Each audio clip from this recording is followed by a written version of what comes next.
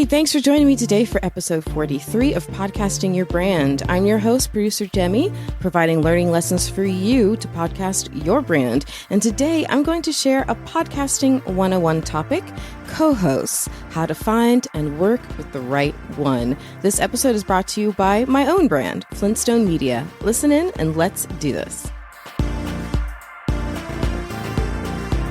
The basic tenets of finding the right co-host for you is something that I have heard repeated over and over again by my favorite co-host, Glenn the Geek of Horse Radio Network.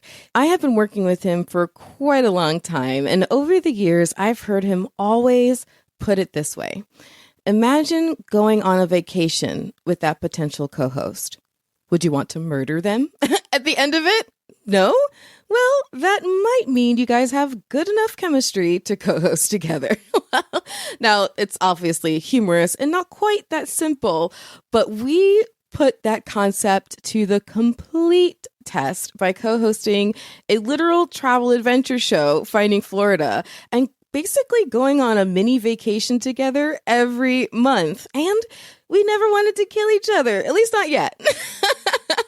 It was actually a total match made in heaven, and we've carried the magic of that chemistry to another show that we currently co-host together, the Podfest podcast, which is the official podcast from Podfest Multimedia Expo. I'll include links to both shows in the show notes, and I really want you to take a listen to at least one episode from each so you can get a firsthand taste of how easy our co-hosting is. And clearly, it's regardless of situation because one is in person, mobile, all over the place, and very entertainment oriented, Finding Florida, whereas the other is remote and more edutainment. So you'll get to hear how it plays out. When you find the right co-host, it can work no matter what the situation. But I want you to head to those links to also see some of the pictures of Glenn and I.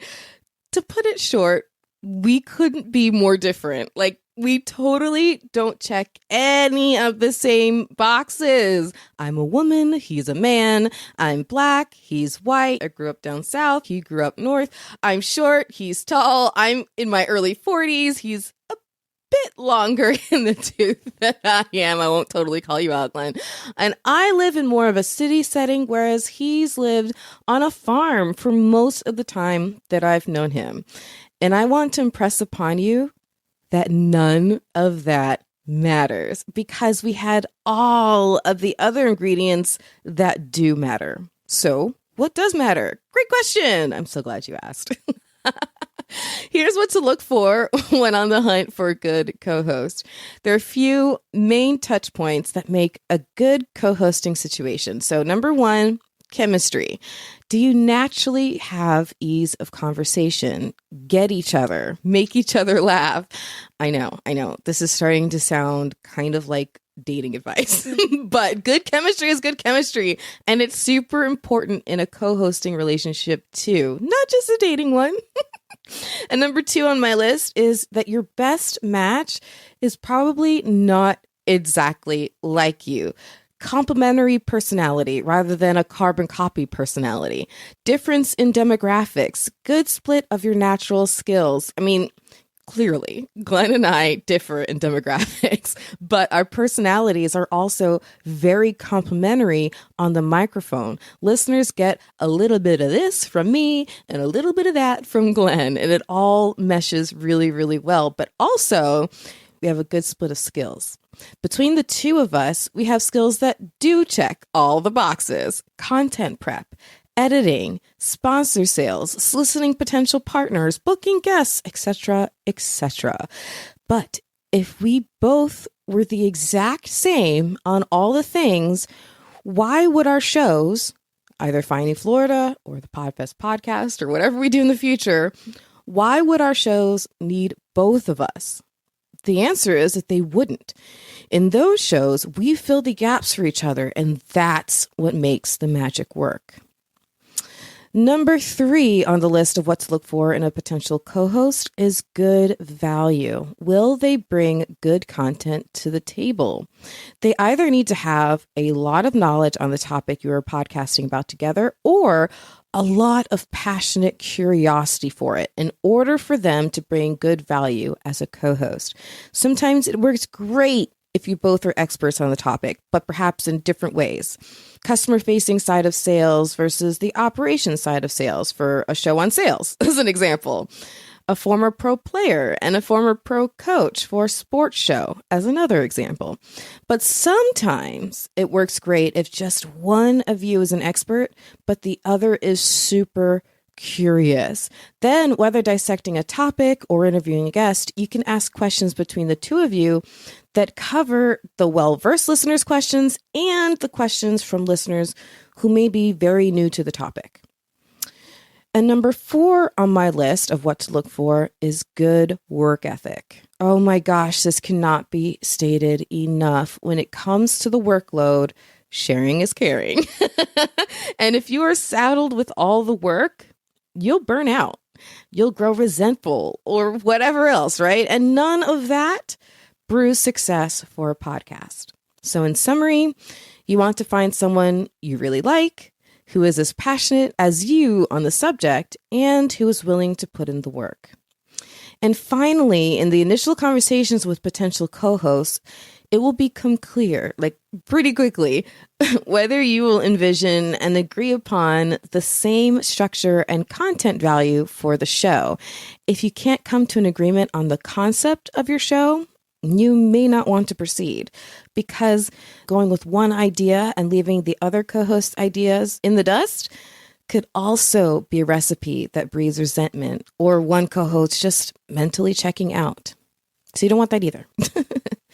So now that you know what to look for, what's the process? What's the approach? Well, whether you are starting a new show and want to find a co-host to work with from day one, or already have a show and are looking for a co-host, there are a few approaches you can take.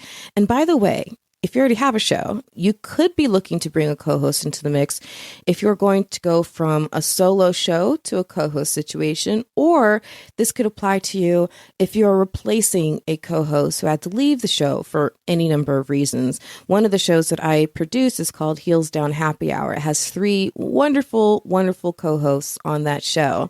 And one of those spots is held by a different person than when the show got started. Okay, so you have a person or a few people in mind as potential co-hosts. Well, then how do you decide? Here's the approach for a new show. First, try to have 2 to 3 people in mind. You may be surprised who ends up being your best match, and not everyone may be available for the full commitment once you make an offer to them and ask them to be your co-host. So it's good to have a few people in mind at the same time, no matter what. Then have a couple of conversations with them, whether by phone or Zoom or in person, whatever you can do. Have at least a couple of conversations to find out, number 1, if you guys get along. That's important. If you haven't been paying attention yet to this episode, wake up. That's important. Number 2, what their knowledge and passion is for your upcoming show's subject matter. That's super important as well. They need to match you. And 3, whether you think they'll be able to make the commitment. That is also really, really important. On episode 36, I took you through what's on your plate, examining how much time you really have to devote to producing this show. And so when you're interviewing potential co-hosts, you need to have a part of the process where they're invited to do the same. Can they truly commit the time that it's going to take to be your co-host? Then, once you've had a couple of more casual conversations with them, invite them on as your first guest to not only give you a jump start on your show content, that's always can be good if you end up using it, but also to see how the conversation is actually going to go once microphones are involved. You'd be surprised how much a microphone in front of somebody's face can change things. And you don't necessarily have to release these guest interviews as actual real show content. They can be mock or practice interviews as far as they are concerned, but it'll give you a better sense of what podcasting with them would actually be like. And definitely have that conversation early on the vision for the show. Make sure you can agree in terms of the show concept, goals, and format. Tell them what you're planning and see how excited they get about it. And then just use your best judgment and see who makes the best fit and go with that person. Now, once you make the offer, if they're not available, then go with your second choice, obviously. And also, I want to put you at ease a little bit. If you make a decision on a co-host, that doesn't have to be a marriage. Okay? People swap co-hosts, not all the time, but quite often. So it's not unheard of. So just take a deep breath. You got this.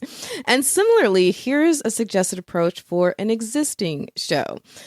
So if you do have to swap someone out, invite them on as a guest and see how the conversation goes. So you have a show that's already going. So rather than mock or practice conversations, they can be an actual real guest on your show. So see how it goes, see how the audience reacts, how it feels for you, et cetera, et cetera.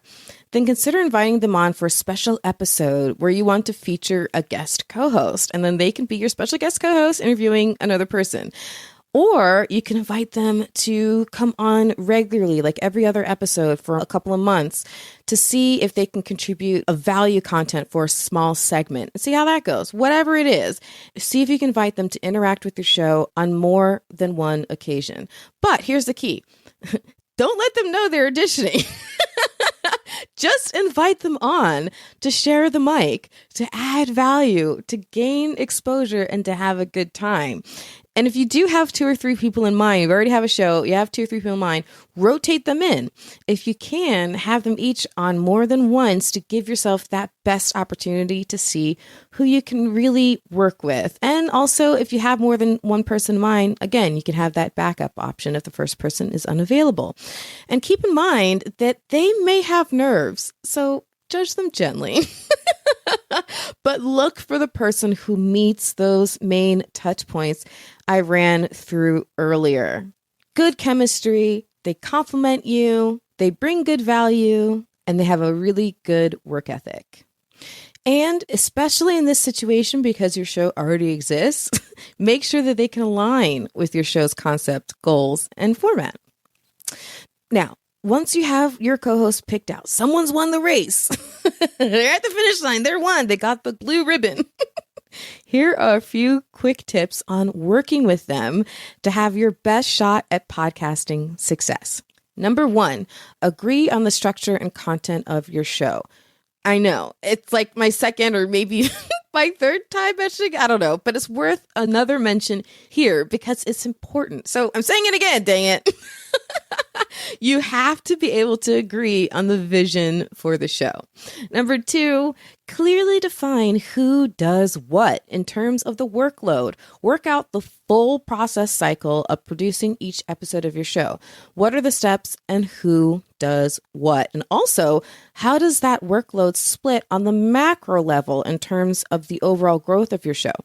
Who initiates contact with potential sponsors, who finds guests, who manages the website, etc., etc. Number 3, and possibly most important, have an agreement. Again, have an agreement. I don't care if it's your grandmother that's going to be your co-host, okay? Have an agreement. Define in that agreement some main points. How the work is split, how the money is split, how the company as a business is split if you and your co-host have to part ways.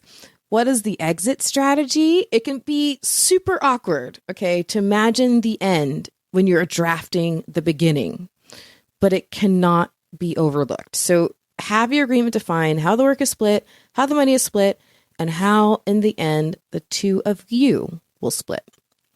And number 4 on my list of how to work with a co-host comes straight from my playbook with Glenn the Geek.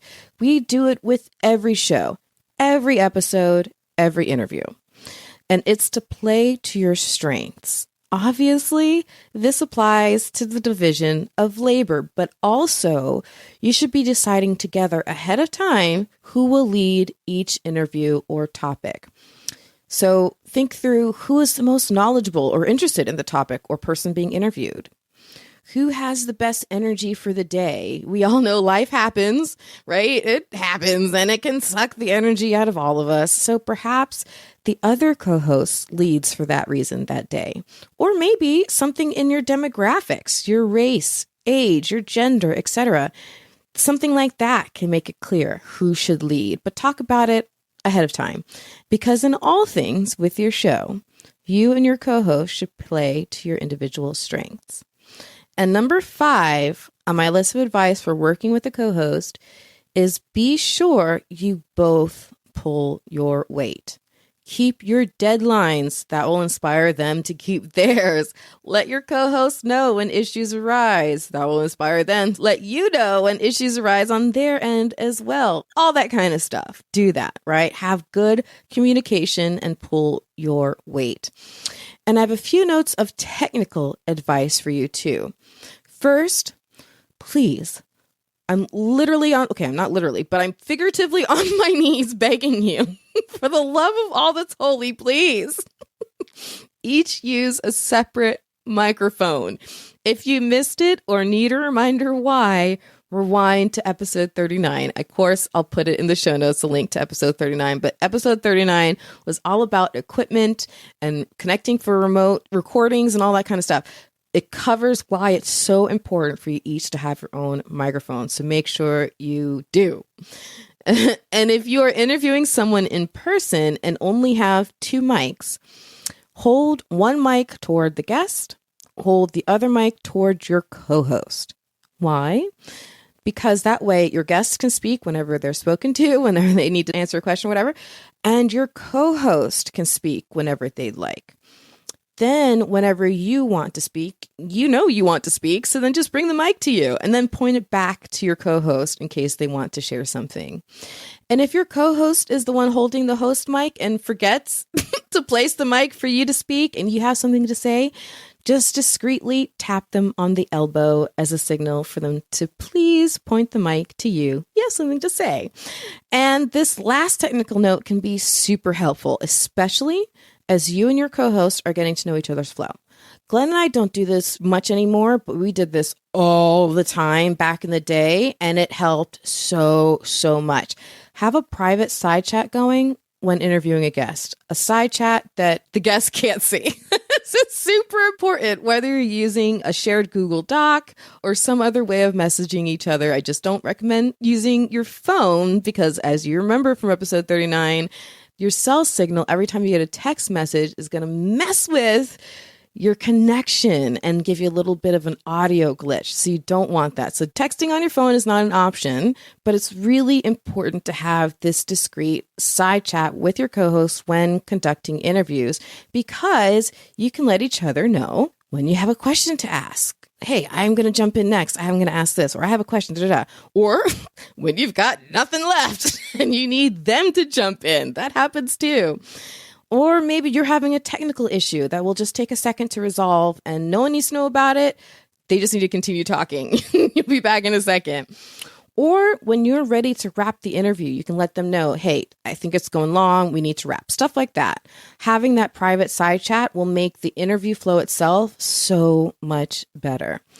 And my last 2 notes on working with a co-host are: prepare your content ahead of time so you have good flow, but then you can make space for that flow to actually happen, right? You want to leave room for banter between you and your co-host. It's like we always keep saying in this space, people come for the content, but they stay for the host. And in this case, they'll stay for both of the hosts, but they need to have space for them to get to know you. And last but not least, leave your crap at the door. Like I said a minute ago, life happens and it can drain your energy. So good co-hosts will be able to lift each other up on off days, and you should.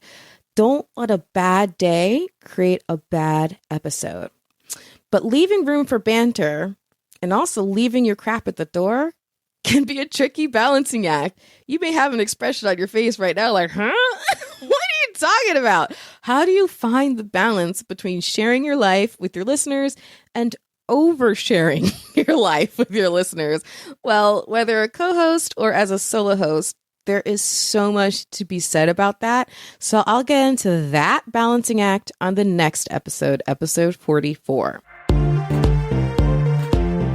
And as a last quick mention, be sure you're monetizing your expertise on the OWL app, spelled with 2 W's and 2 L's. Let people pick your brain after they first pick their payment method. Sign up with my referral code PL954123 and get your $10 credit. Up next on episode 44, I'll continue easing you into podcasting with another 101 level episode. And as mentioned before, I think it's a natural lane to jump into after this discussion on finding and working with the right co-host. The last 2 points to make on the topic of working with a co-host are leaving room for banter and leaving your stuff at the door. So both of these are very different sides of the same coin. Finding the balance between bringing yourself into the show, which is often a key component to a successful podcast, and making your show all about you, which is often a trait of an unsuccessful podcast.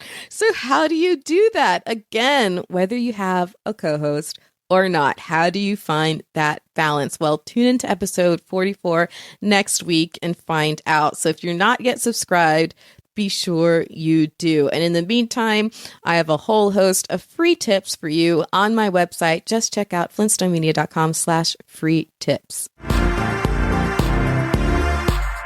Thanks for tuning in for Podcasting Your Brand. I'm revealing how you can harness the power of podcasting to expand your brand. So come and pick up what I've been putting down since 2014. Avoid common mistakes and propel your podcasting and branding forward. And if you have questions or are interested in becoming a sponsoring brand of this show, don't be shy. You can reach out to me, Jaime, Jaime, at flintstonemedia.com. For now, it's producer Jaime signing off. Remember, the only thing more powerful than your voice is your spirit to use it. So turn that mic on.